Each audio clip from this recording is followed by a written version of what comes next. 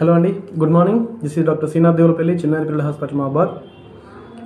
ఈరోజు విషయం ఏంటంటే వ్యాక్సిన్స్ గురించి అండి. మ్యాటర్ ఏంటంటే పాపం చాలామంది పేరెంట్స్ వాళ్ళ బేబీని తీసుకొచ్చేసి, సార్ మా పిల్లగాడికి విపరీతమైన కోల్డ్ ఉంది, మా ఇంటికన్నామో వ్యాక్సిన్స్ అసలు వేయడం లేదు, కొంచెం ఈ కోల్డ్ తగ్గేలాగా కొద్దిగా మందులు ఇవ్వండి సార్, ఇంటికాడ వ్యాక్సిన్స్ వేయించుకుంటాను అని చెప్పేసి రోజు వస్తున్నారండి.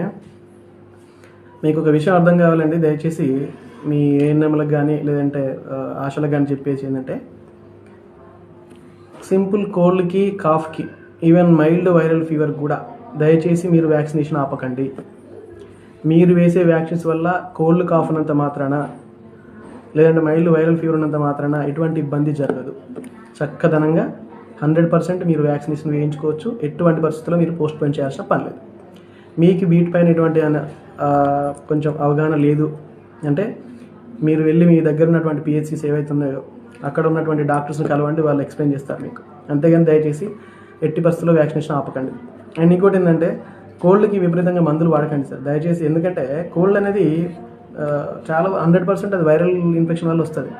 అది ఎట్టి పరిస్థితుల్లో మీరు ఎన్ని మందులు వాడుకున్నా తగ్గదు అది ఆటోమేటిక్గా. అండ్ దాంతోపాటు ఇప్పుడు క్లైమేట్ కూడా అలాగే ఉంది. సో చక్కదనంగా వ్యాక్సిన్ వేయించుకోవచ్చు. కోల్డ్ కాఫ్ ఉందని చెప్పేసి వ్యాక్సినేషన్ ఆపకండి. ధన్యవాదాలు.